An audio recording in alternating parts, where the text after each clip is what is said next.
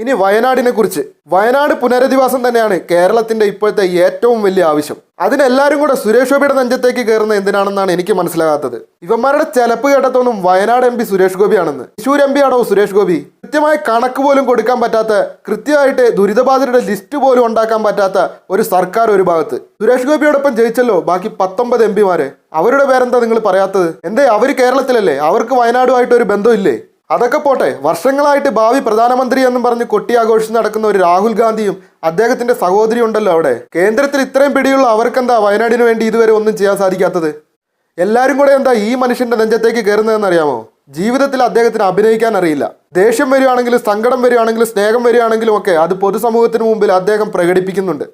നിങ്ങൾക്കൊക്കെ അങ്ങനത്തെ ആൾക്കാരെ അല്ലല്ലോ ഇഷ്ടം. കുതിരോട്ടം പപ്പുവിനെ പോലെ അതെ ഇപ്പം ശരിയാക്കി തരാമെന്നും പറഞ്ഞ് ഇളിച്ച് കാണിച്ചുകൊണ്ട് പോകുന്ന രാഷ്ട്രീയ കോമരങ്ങളെയല്ലേ നിങ്ങളൊക്കെ തലേ കയറ്റി വെക്കത്തുള്ളൂ.